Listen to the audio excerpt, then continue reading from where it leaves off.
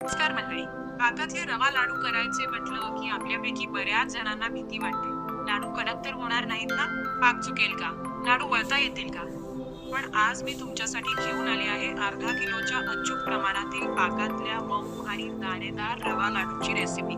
या पद्धतीने केले तर तुमचे लाडू अगदी पेढ्यासारखे मऊ होतील आणि महिनाभर छान टिकतील. पहिली पायरी रवा भाजणे. कढईत 1/2 वाटी तूप गरम करून त्यात 3 वाटी बारीक रवा घाला. आता गॅस मंद आचेवर म्हणजे लो फ्लेम ठेवून रवा सतत ढवळत साधारण 20 ते 25 मिनिटे छान भाजा. घाई अजिबात करू नका. रव्याचा रंग जास्त बदलू द्यायचा नाहीये, पण तो कच्चाही राहता कामा नये. सुगंध सुटेपर्यंत आणि रवा छान हलका होईपर्यंत भाजा. भाजलेला रवा एका दुसऱ्या प्लेट किंवा भांड्यात मध्ये काढून बाजूला ठेवून द्या थंड होण्यासाठी.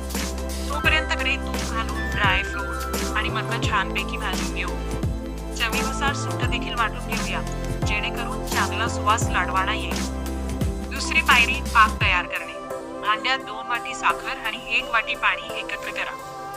साखर विरघळल्यावर पाकावर कधी कधी मळ येतो.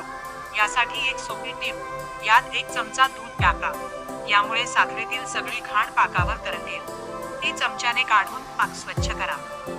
आता पाक शिजवून एकतारी करा. बोटांवर थोडा पाक येऊन ताणल्यास एक स्पष्ट तार दिसली की समजा पाक तयार आहे. लगेच यात वेलची पावडर टाका आणि गॅस पूर्ण बंद करा.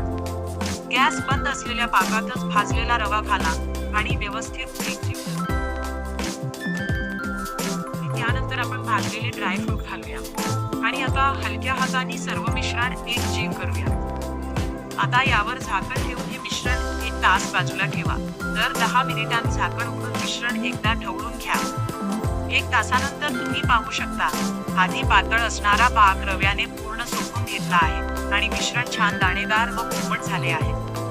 मिश्रण कोमट असतानाच मध्यम आकाराचे लाडू वळून घ्या. तुम्ही लाडू वळताना कोणती सोपी पद्धत वापरता हे नक्की आम्हाला कमेंट करा. प्रत्येक घरात लाडू वळण्याची बनवण्याची पद्धत वेगळी असते आणि आपल्या मराठमोळी खाद्य सांस्कृतिक एवढे मुख्य आहे ते एका व्हिडिओमध्ये सांगणे शक्य नाही. आणि आता जाऊया लाडवांकडे. महत्वाची टीप, मध्यम आकाराचे लाडू वळून घ्या, जेणेकरून अचूक प्रमाणात तुमचे साधारण 21 ते 22 लाडू तयार होतात. बघा किती सुंदर मऊ आणि खुसखुशीत लाडू तयार झाले आहेत. हे लाडू महिनाभर खराब होत नाहीत. तुम्ही सुद्धा ही रेसिपी नक्की करून बघा. रेसिपी आवडली असेल तर व्हिडिओला लाईक, शेअर करा आणि चॅनलला सबस्क्राईब करायला विसरू नका.